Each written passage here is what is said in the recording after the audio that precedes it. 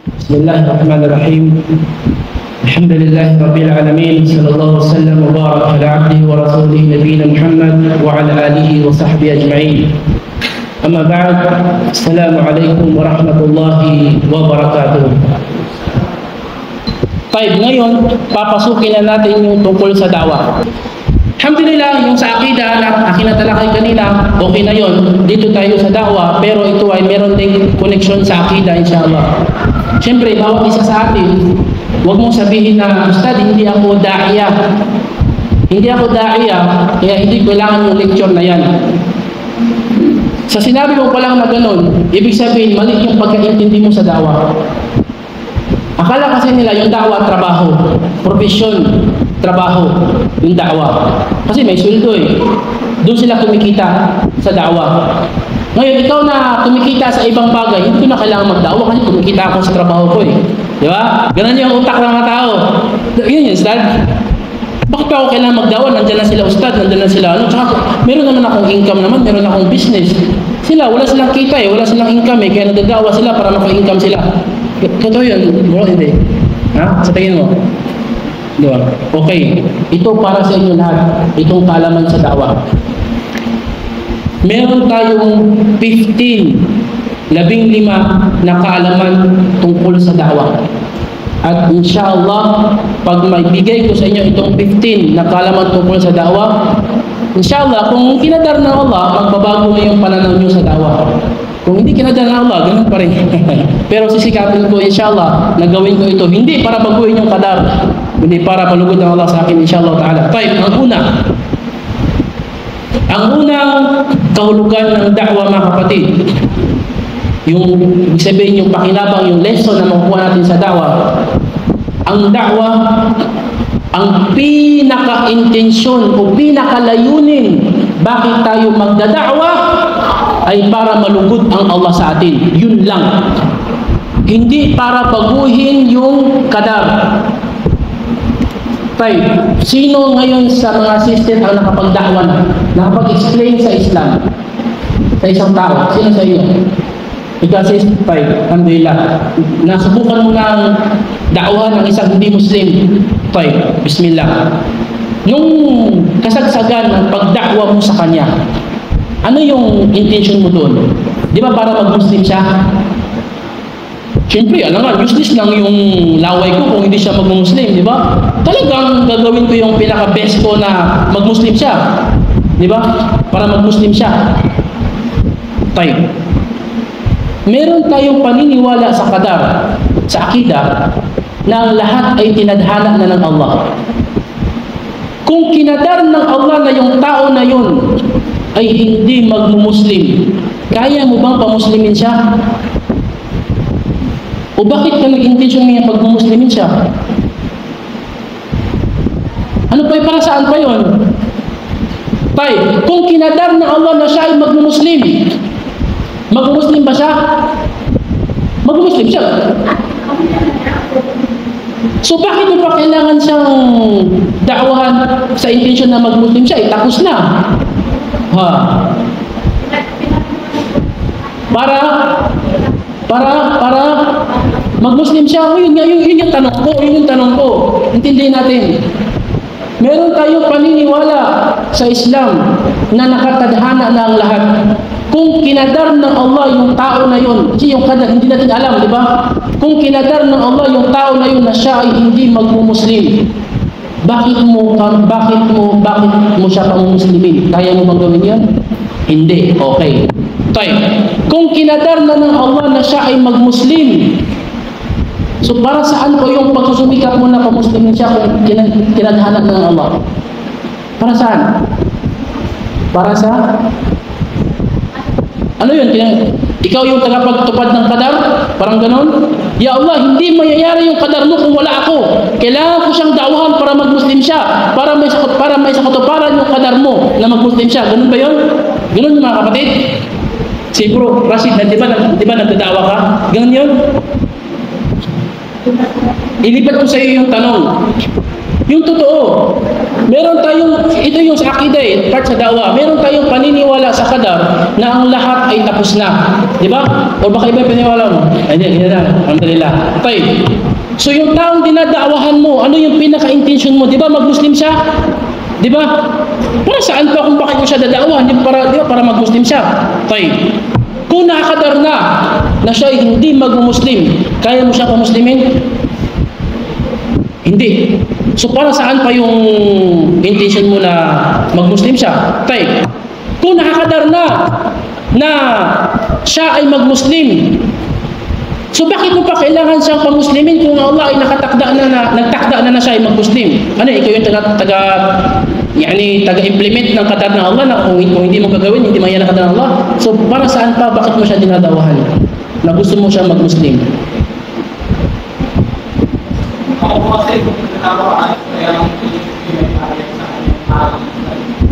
Wala ka intensyon na mag-Muslim siya? Wala, kasi hindi po ako ang intention ko, paliwanag sa akin. Kasi wala pa sa akin yung Tay, meron akong tanong. Bakit mo gustong ipabot sa kanya yung Islam? Kasi Hindi. Yung totoo, bakit mo gustong ipabot sa kanya yung Islam? Para? Ay, wala po mo. Di ba, napasagot kita. Napaamin kita kung, wala na, napasagot na kita. Napaamin kita. Di ba? Kahit anong liko-liko mo, kaya kitang habulin. Ganun kami pinag-aral sa Madina. Tay, di ba, para saan pa? Ako, yun yung paniniwala ko dati, a'udhu billah.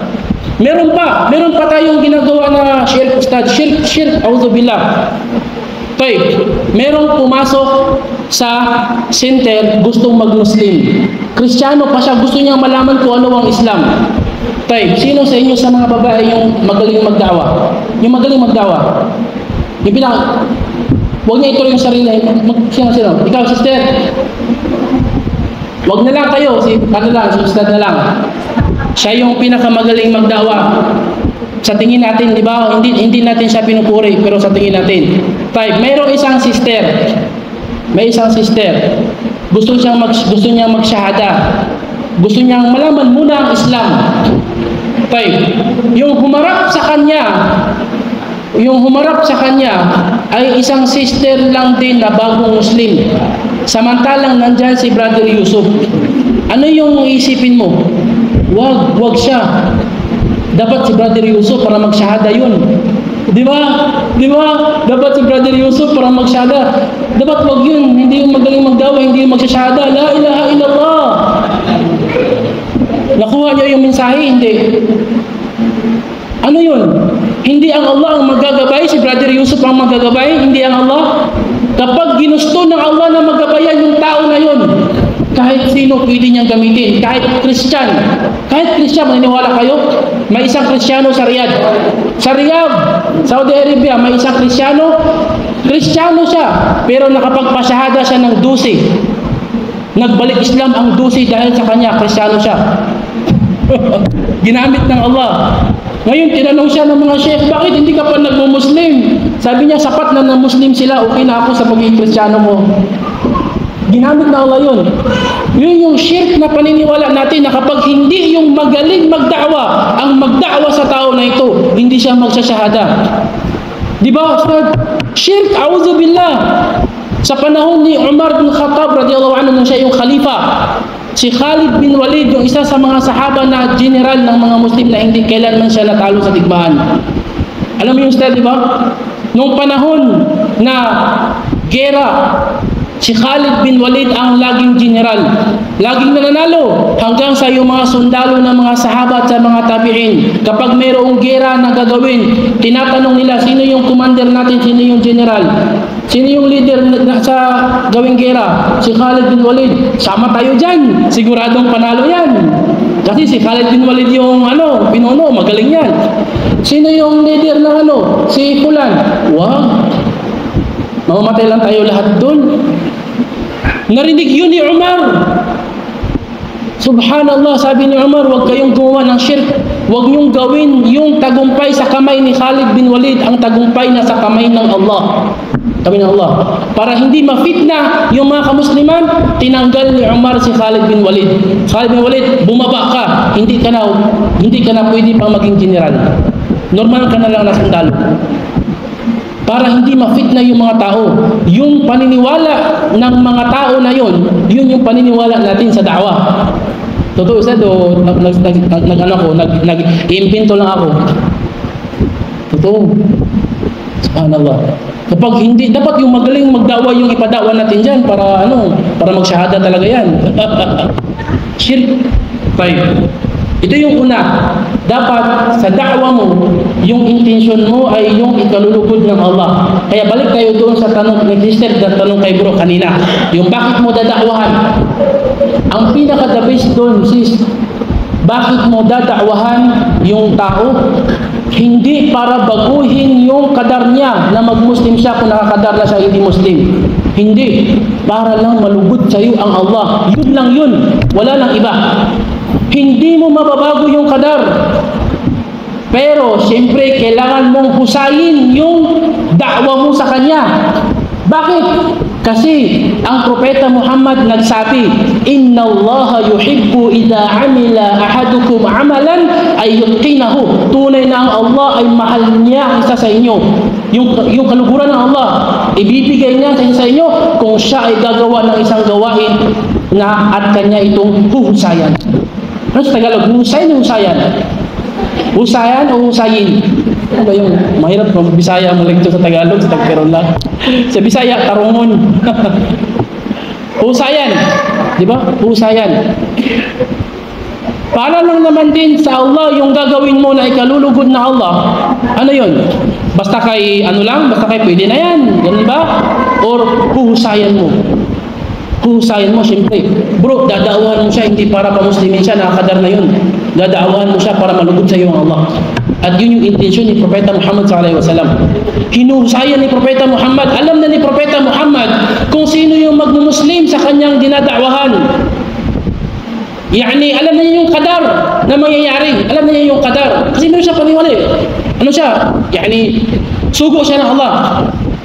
Pero, bakit niya pa rin sinisikap na may paabot yung Islam para malugod sa kanya ang Allah? Yun lang. Kaya lagi yan sinasabi, Allahumma qad balagtu fashhad. Diba, ya Allah, inabot ko na, saksihan mo na, napaabot ko na sa kanila. Ano yung gusto ng propeta doon? Makaiwas sa responsibilidad na tatanungin siya na, "O Muhammad, napaabot mo ito?" Hindi. Ang mission niya doon, "Ya Allah, napaabot ko na, sana malugod ka sa akin. Sana masiyahan, matuwa ka sa akin." Isa sa palatandaan na hindi para sa kaluguran ng Allah ang da'wa mo, kapag nakikipag-agawan ka. Nakikipag-agawan ka. Subhanallah. Una, nakikipag-agawan ka sa programa. Halimbawa, may isang programa. Hindi ikaw yung gumawa nun, ibang brother, da'wa. Ngayon, aagawin mo kasi malaking kita yun eh, malaking budget yun eh. Kailangan ako makapaggawa nun. Yung brother na yun, walang kwenta yun. Yung brother na yun, baka palpak lang yung programa niya. Dapat ako yung nandoon. Di ba? Minsan, meron ka pa paghanga sa sarili mo. Dapat ako yung pinuno, dapat ako yung nandoon. Di ba? Para tandaan yun na hindi para sa Allah. Kasi kung para sa Allah, Ya Allah, kung ikalulugod mo, Ya Allah, na siya yung gagawa ng programa na yun, Ya Allah, gagawin ko yun. Gagawin ko yun na hayaan ko na lang siya doon. Kung yun ang ikalulugod mo, Ya Allah, gagawin ko. Pero ang problema sa atin, ang ikalulugod ng sarili natin, yung lagi nating nasa pagitan ng dalawang mata. Wade, malinaw? Gusto kong tanungin yung iba naman din. Ay sis, kita may cellphone. Balik Islam ba, sis? Balik Islam? Ha? Dahil balik Islam dito no, Masya Allah. Allah mabarik. Inshallah. Tayo. Ilang taon kang balik Islam? Yung totoong sagot, bakit ka nag-hijab? Yung totoong sagot, bakit ka nag-hijab? Yung mga tanong ni Ustad, parang nakakatakot lang, parang merong planong hindi maganda.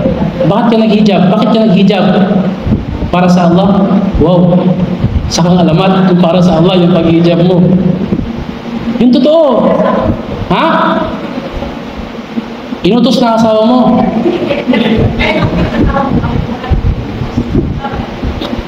Para sa Allah. Allahu Akbar.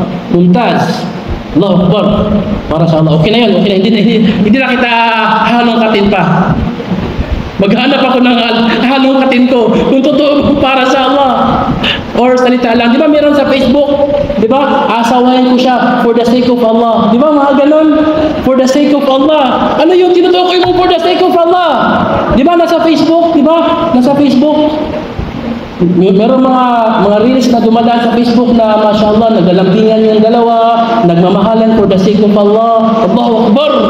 Tingnan natin kung for the sake of Allah ba yun. Para ba malugod ang Allah sa iyo? Or dahil sa gwapo si brother, maganda si sister. Kasi kung para sa Allah yung ano mo, subhanallah, sa kang alamat, yung ganun. So, tayo. Yun yung una sa da'wah. Yung pinaka-hadaf mo sa da'wah, hindi para baguhin yung kadar. Para malugod lang ang Allah sa iyo. Isang karangalan na ikaw ay pinili ng Allah na magdada'wah. Allahu Akbar. Hindi para baguhin yung kadar ng Allah, kundi para malugod ng Allah sa iyo. Ang resulta nun, ikaw ba ay makikipagkumpetensya? Merong kabilang Islamic Center, makikipagkumpetensya ka sa kanila? Ilan yung shahada nila? Sa isang buwan, 100. Tayo, 20 lang. Dapat mas marami sa atin. Yung center nila, nakabili na sila ng sasakyan. Tayo, wala po, dapat may sasakyan tayo. May pagkumpetensya ka ba kung para sa Allah yung talaga yung da'wa mo? Hindi. Pero dahil sa para sa sarili mo yung da'wa mo, dapat ganun din kami. Sila meron ng masjid, kami wala pa. Dapat meron kaming masjid din. Type. Pangalawang dapat nating malaman tungkol sa da'wa na kinakailangan na ang da'wa natin, kung ito ay isang ibada, siyempre ang da'wa ay isang ibada, kung isang pagsamba sa Allah ang da'wa, kinakailangan natin dito ang tinatawag na riqaba datiyah. Ang ibig sabihin ng riqaba datiyah ay ang tinitingnan mo lang ang Allah, hindi ang mga tao. Ibig sabihin, ang isipin mo lang na nagbabantay sa iyo, sa kilos mo, ang Allah, hindi ang tao. Minsan kasi tayo, pag nandyan si mudir, nandyan si ustad, kailangan kong galingan yung da'wa ko. Kailangan kong kasi nandyan siya na nakatingin sa akin. At ganoon din sa reporting po, kailangan maganda yung report ko para matuwa sa akin si Sheikh, parang ganoon. Kailangan maganda yung report ko. Kumbaga, nakabase tayo sa da'wa natin sa tao na siya yung nagbabantay sa atin. Di ba? Wag. Ang nagbabantay sa iyo ang Allah. Ang Allah. Kaya nga, yung iba ha, hindi siya magdada'wa na under ng Islamic Center. Bakit? Ang rason niya, kapag nandyan ako, uutusan lang nila ako, gusto kong magda'wa ako ng sarili ko para hawak ko yung oras ko. Hindi yung sa Islamic Center. Hindi ko hawak yung oras ko. Five. Kasi iniisip niya na yung magbabantay sa kanya sa da'wa ay yung Islamic Center o yung sponsor. Nawala sa isip natin sa da'wa na yung magbabantay sa atin ay ang Allah. Wallahi, kahit magalit lahat ng tao sa buong mundo, kung matuwa sa iyo ang Allah, tagumpay ka, kapatid. At wallahi, kahit matuwa sa iyo lahat ng tao sa buong mundo, pero nagalit sa iyo ang Allah, lugi ka, kapatid. Kasawian sa iyo. Subhanallah. Pero yung karamihan sa atin, isa na ako doon, kahit na magalit na Allah, mag-istighfar lang ako, basta mapatuwa ko lang sa ganito. Ya Allah, patawarin mo ako, istighfar lang. Total, maawain ka naman. Subhanallah. Allahu Akbar. Five, yun yung pangalawa, na ang nagbabantay sa iyo sa da'wa, ang nakatingin sa iyo sa da'wa ay ang Allah. Siya ang nakatingin sa iyo. Five. Pangalawa ay pangatlo, na dapat mong malaman sa da'wa na ang da'wa ay isang ibada, naggagawin mo ang buong buhay mo na da'wa. Hindi yung pipili ka lang ng oras sa pagdadawa. Hindi.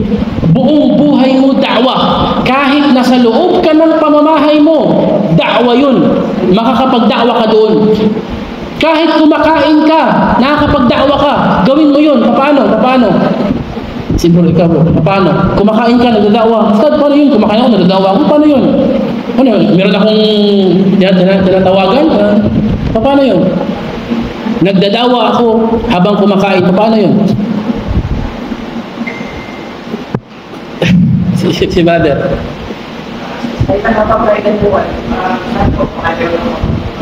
Aywa. Aywa, mumtaz. Allahu Akbar. Yun yung da'wa sa pagkain.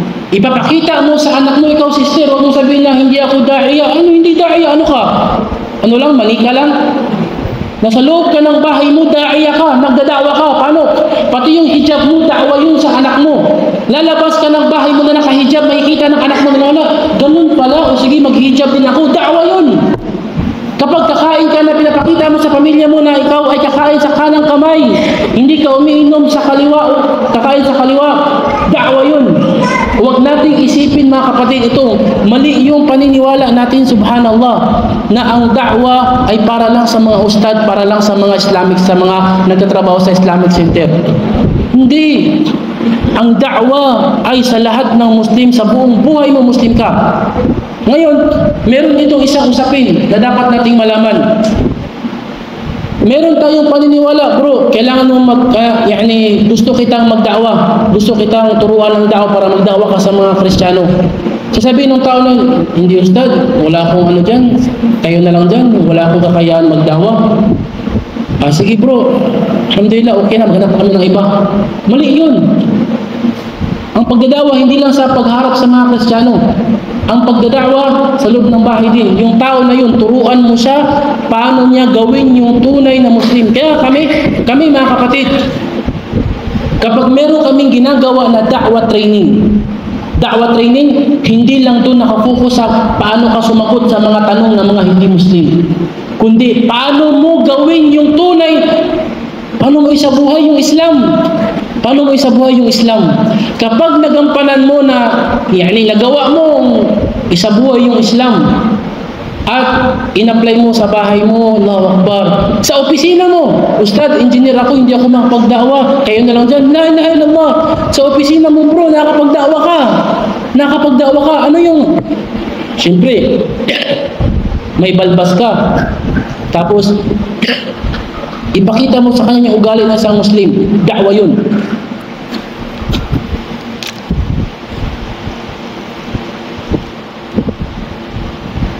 Da'wa yun. Ang problema kasi sa atin hindi natin nasasabuhay ang Islam. Kaya, hindi tayo nakakapagda'wa. Isabuhay mo ang Islam, nakapagda'wa ka na. Ang da'wa ay hindi naka-specific sa mga nagdada'wa. Alhamdulillah, magkaiba lang yung level. Siyempre, yung mga nakapag-aral sa Islam at yung mga magaling magda'wa, sila yung humaharap talaga sa mga Kristiyano para mag-Muslim. Tulad ni Brother Rashid, mga ganun, yung mga matitindi. Di ba? Malataas yung level nila, mashallah. Alhamdulillah. Pero, hindi ibig sabihin nun na lamang sila. Hindi nangulugan na lamang sila. Kahit ikaw, sister, na nasa loob ka ng bahay mo. Sino sa inyo bago matulog sa mga babae, ang kanyang anak ay tinuturuan niya ng dhikr ng pagtulog? O kinakantahan lang niya para matulog? Anak, ito yung, matutulog. Tulog na kayo ha. Siyempre, himas-himasin mo yung anak mo. Papaluin mo yung niya para matulog siya. Meron bang isang gabi, anak, bago ka matulog, ito yung dhikr. Ito yung dhikr na, Bismika, Allahumma amutu wa ahya. Yan. Sino sa inyo? Kapag gumising, ganun din. Gising na yung anak mo. Uy, anak, alhamdulillah. O ano sasabihin kapag gumising? Alhamdulillah, alladhi ahyani ba'dama amatani wa ilayhi nushur. Alhamdulillah, mashallah. Sino sa inyo yung kahit ginawa yun sa mga tatay? Wala! La ilaha illallah. Alhamdulillah, narinig niyo ang training na ito. Ito, training, da'wa, lecture na ito. Baka kadar na Allah na babaguhin niya na yung buhay niyo. Di ba? Ang alam lang natin, na kapag kumain ka, Bismillah. Di ba? Yun lang.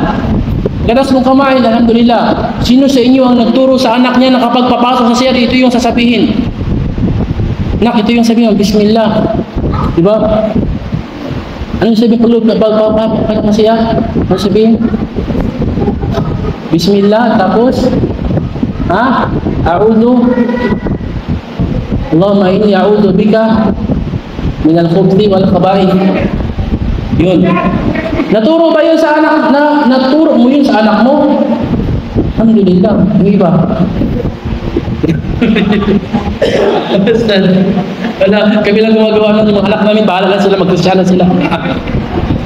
Mga anak namin tayo, yung mga natuturo sa iyo, mga teacher nila sa elementary, sa high school. Ginagawa silang Kristiyano dun. Bakit?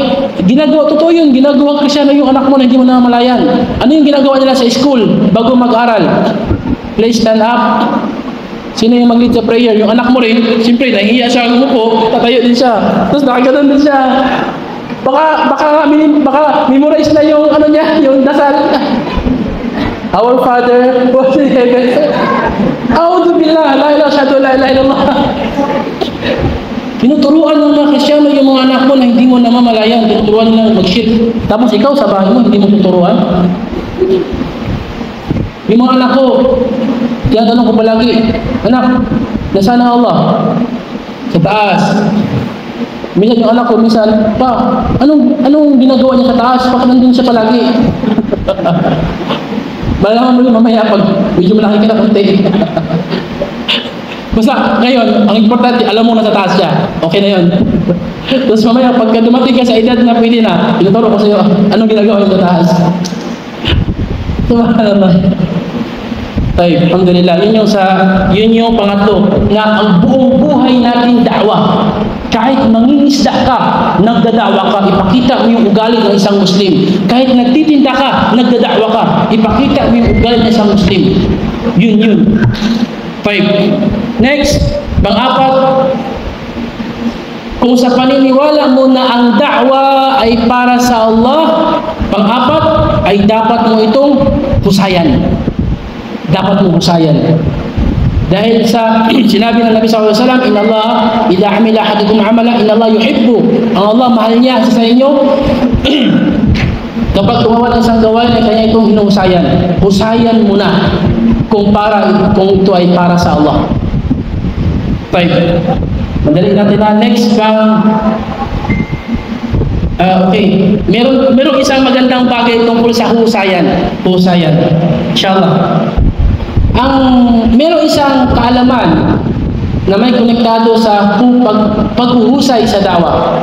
Kabilang sa paghuhusay sa da'wah ay yung dadakwahan mo yung isang tao papunta sa bagay na ikakabuti niya at hindi sa ikakabuti mo.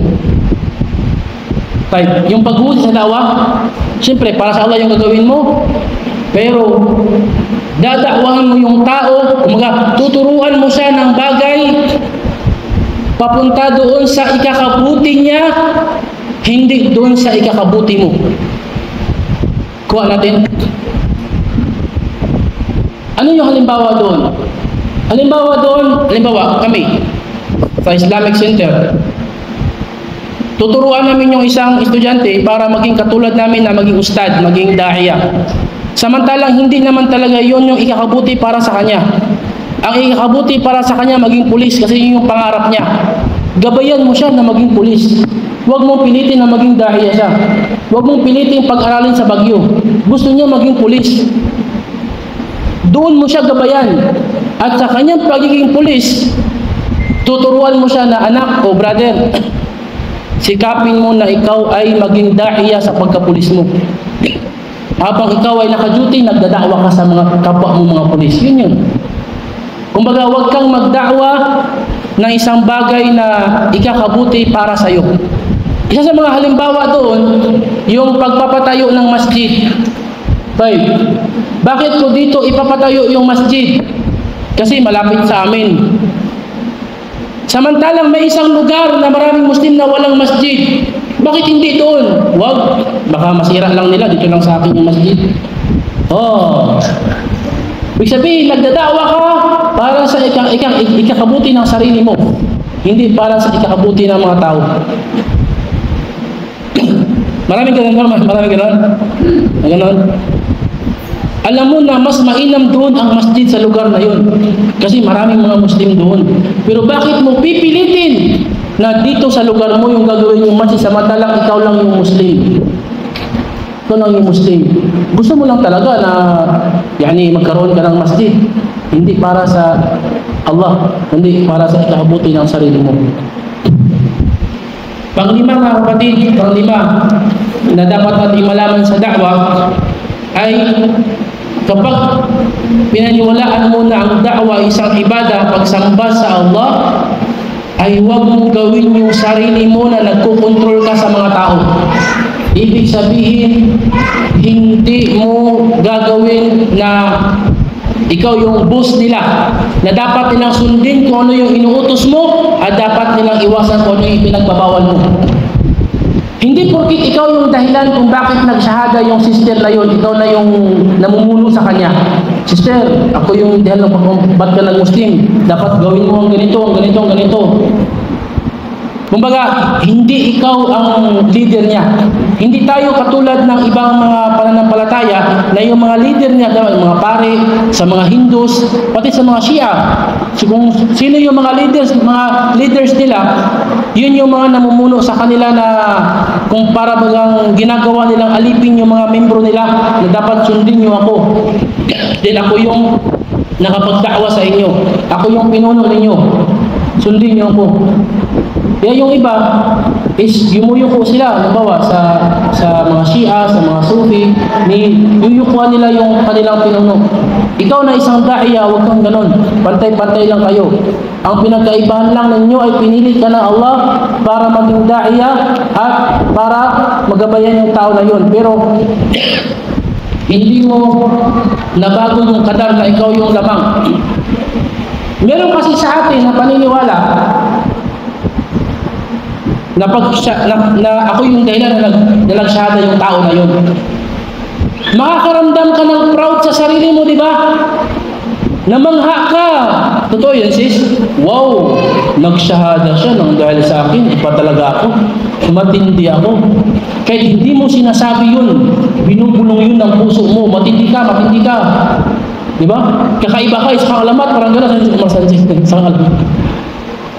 Di ba nakakaramdam tayo no parang lamang ka doon sa taong nadaawahan mo. Ya Allah, wag yun. Hindi yun ang da'wa, kapatid.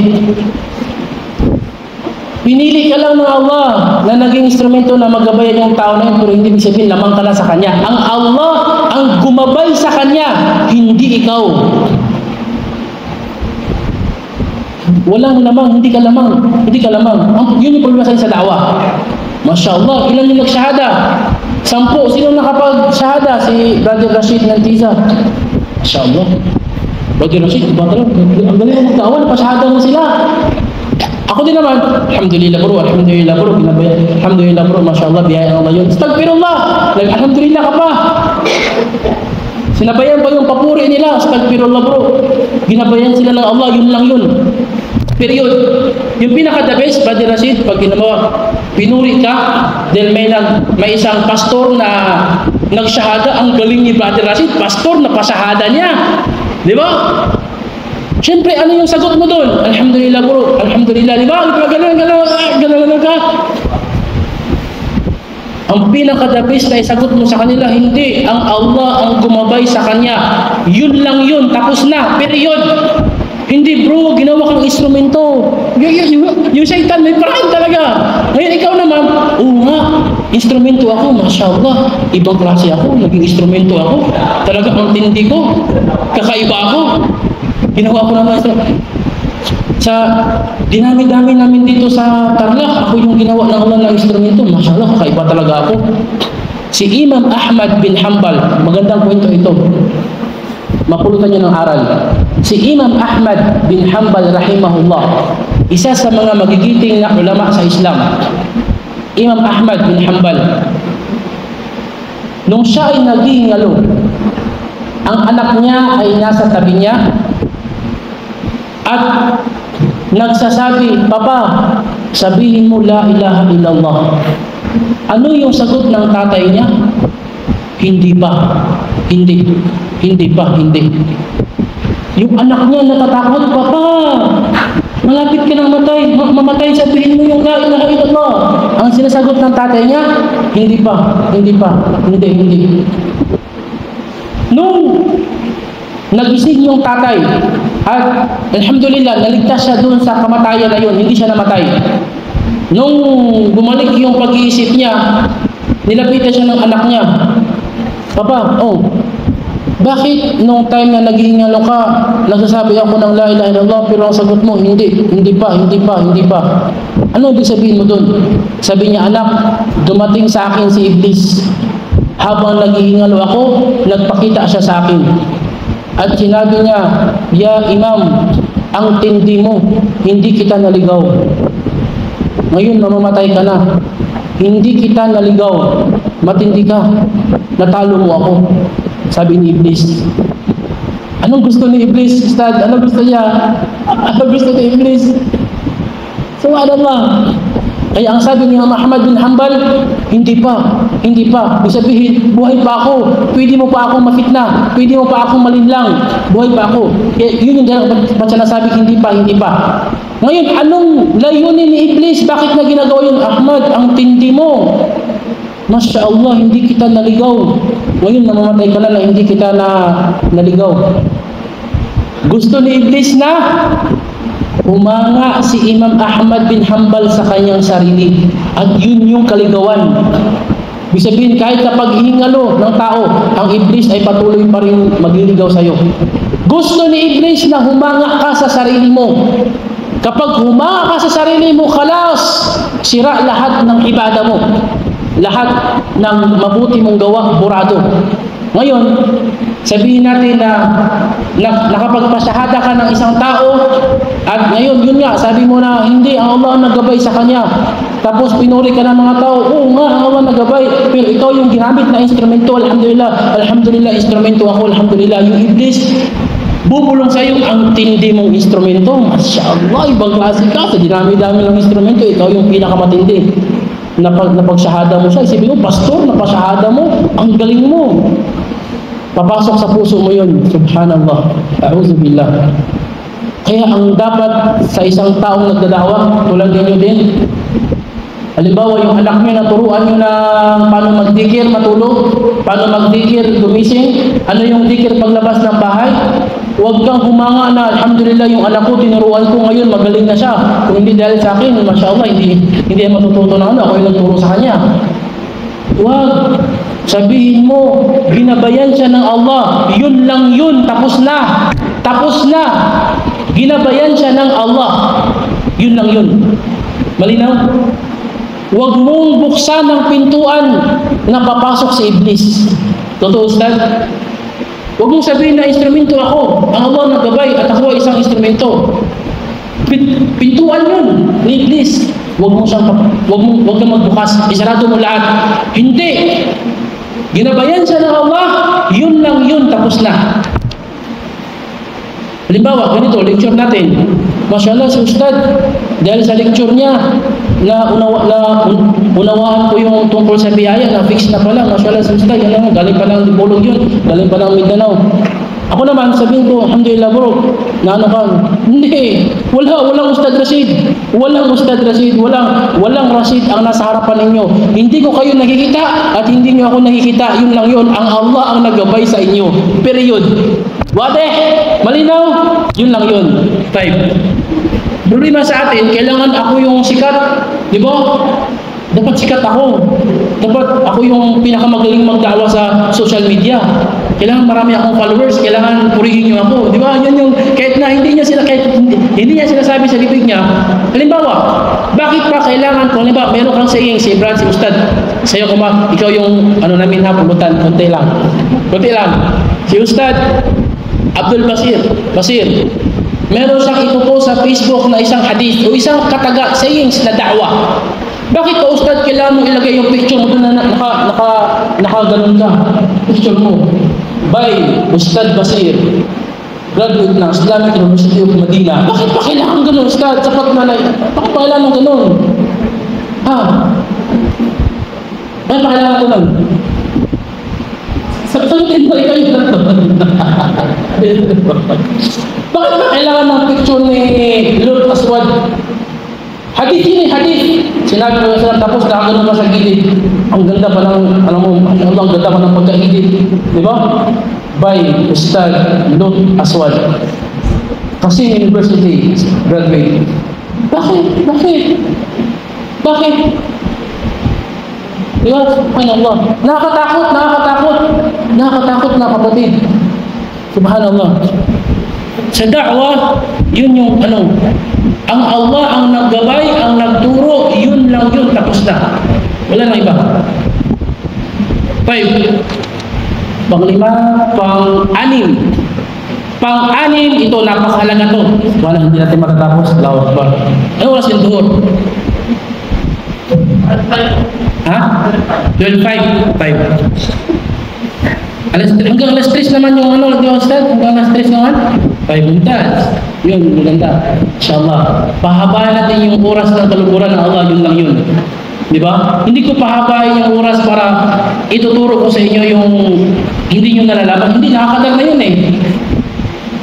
Pahabain ko para mas malugod sa atin ng Allah. Bismillah. 5. Pang-anim, kapag ka naniwala ka na ang da'wa ay isang ibadah, pagsamba sa Allah, ay hindi ikaw ang nagmamay-ari sa mga tao at lalong hindi ikaw ang nagmamay-ari sa Islam. Huwag mong isipin na ikaw yung nagmamay-ari sa mga tao at huwag mong isipin na ikaw yung nagmamay-ari sa Islam.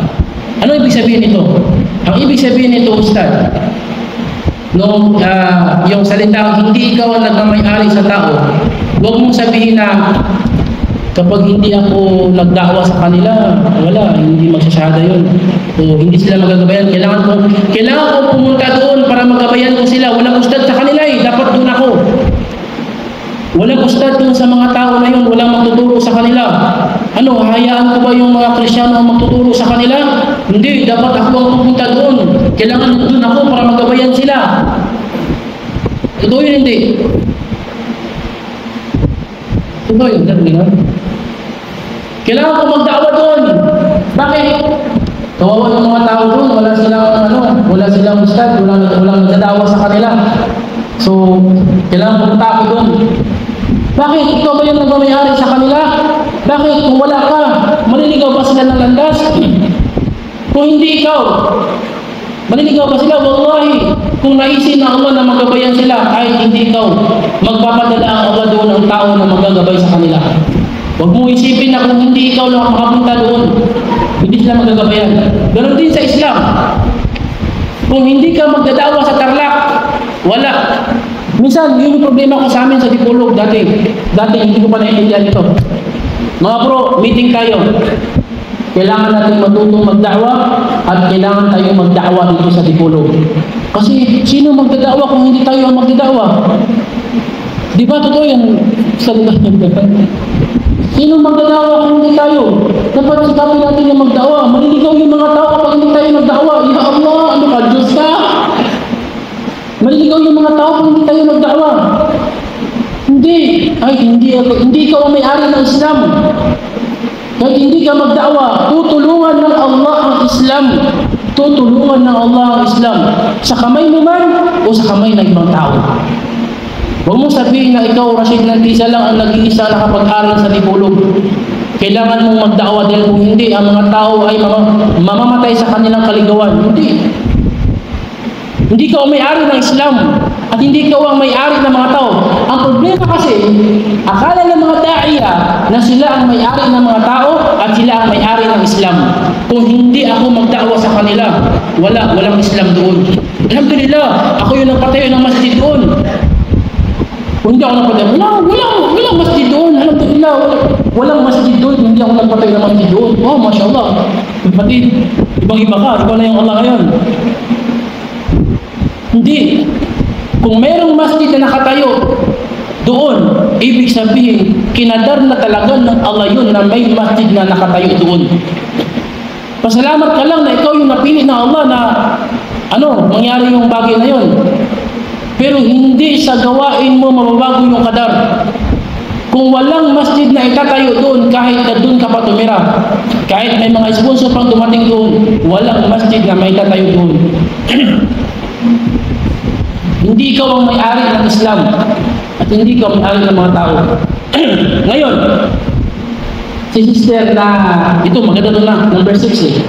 Yung hindi ikaw yung may-ari ng mga tao at hindi ikaw yung may-ari ng Islam, yung tinuruan mo yung anak mo ng mag-dhikr bago matulog. Yung tinuruan mo siya bago matulog. Inisip mo ba kung hindi ko siya tuturuan, hindi siya matututo? Hindi mo inisip yun? Hindi. Dito na lang. Mga patipunan mga tanong niya sila, mga ganun. Nung tinuruan mo siya, meron ka bang pag-isip na kung hindi ko tuturuan ko, hindi ko matututo? Dapat ko tuturuan para matuto, para malaman niya turuan ko siya. Anak, turuan kita ng dhikr. Kasi kung hindi kita matuturuan, hindi ka matututo. Naisip mo yun?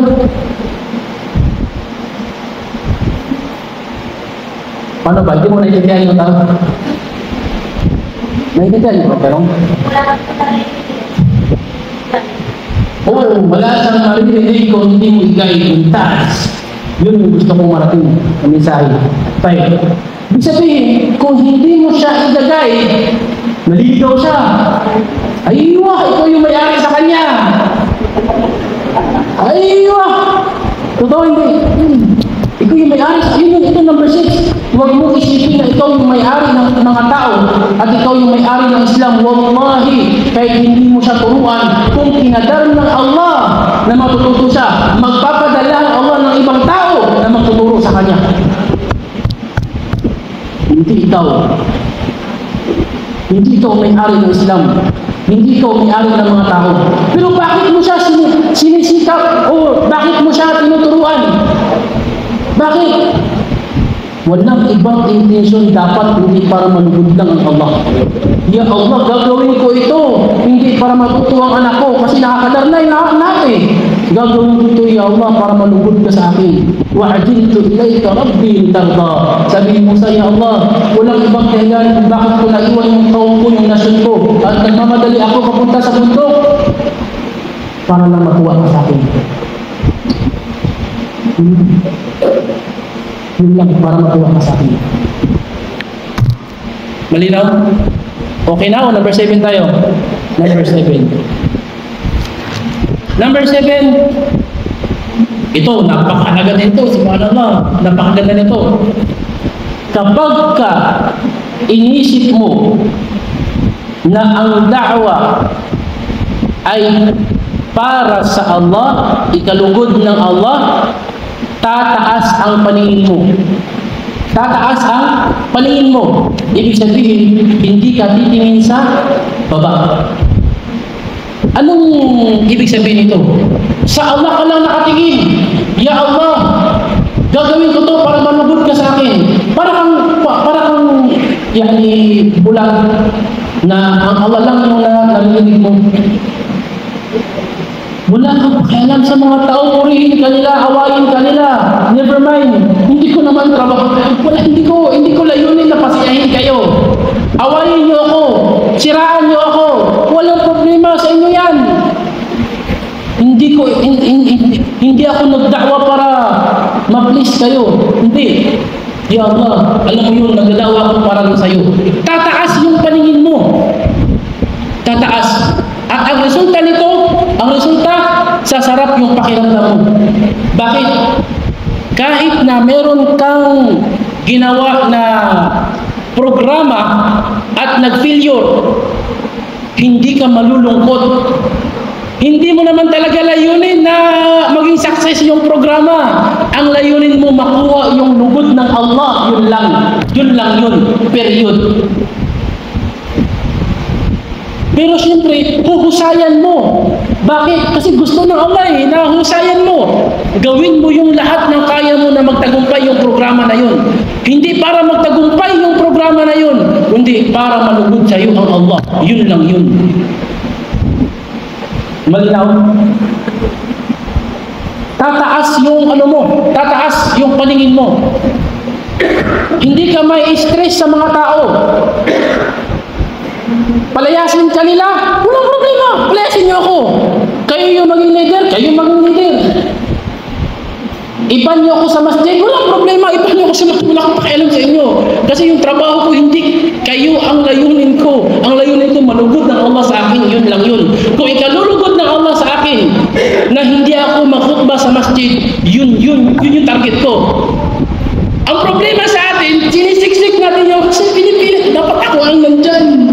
Dapat ako may hawak dyan. Dapat ako ang nandyan. Dapat ako may hawak ng microphone. Dapat ako ang nakaupo dyan. Na-implementsyahan tayo ng mga hindi Muslim. Nagpapatayan sila para makaupo sa upuan na yan. Kung ikalulugod ng Allah na uupo ka sa upuan na yan, Bismillah, makipagpaligsahan ka sa kanila at ayusin mo at husayan mo pa. Hindi para makaupo ka doon, kundi nakita mo na yan ang ikalulugod ng Allah. Kung talagang yun ang ikalulugod ng Allah, hindi ikalulugod ng sarili mo.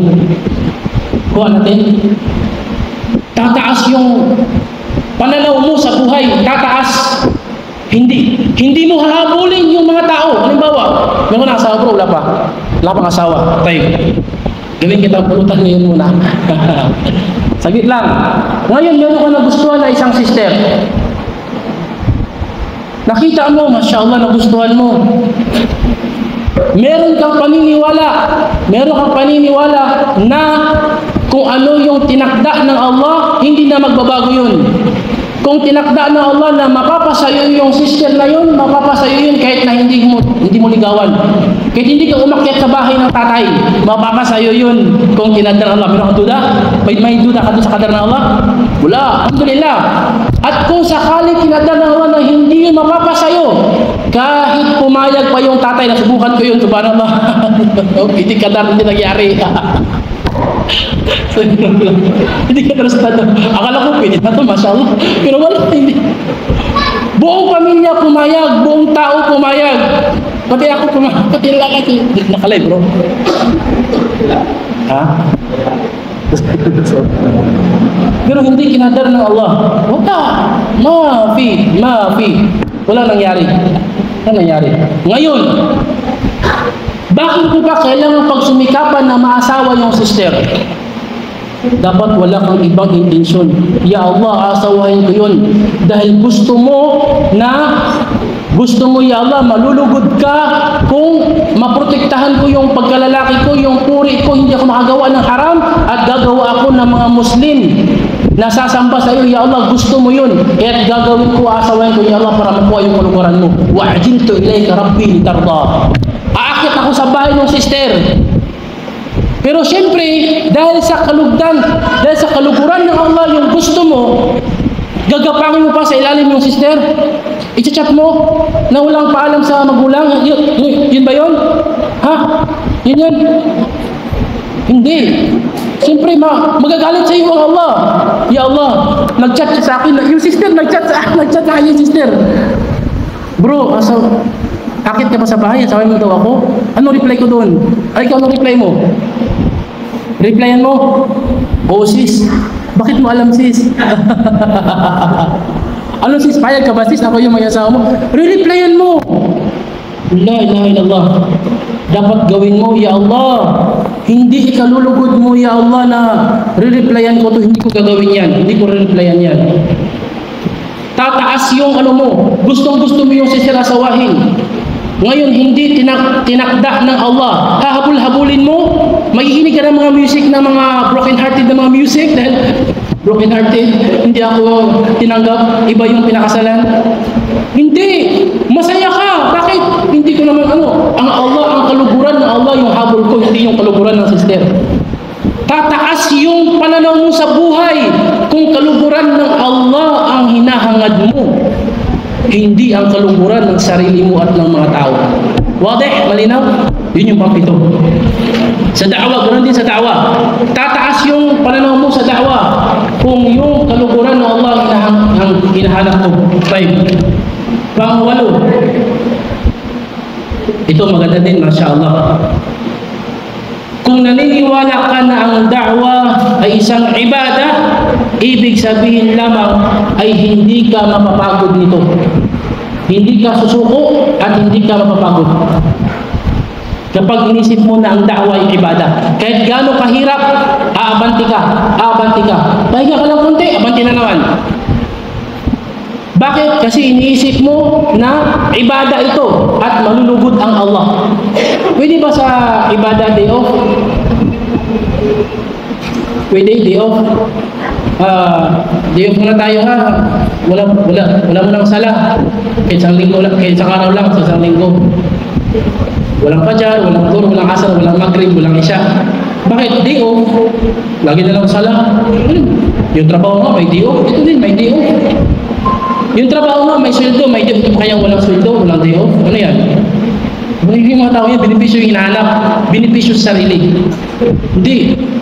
Ito yung pangwalo. Hindi ka tatamaan ng katamaran kung talagang habol mo ay kalukuran ng Allah.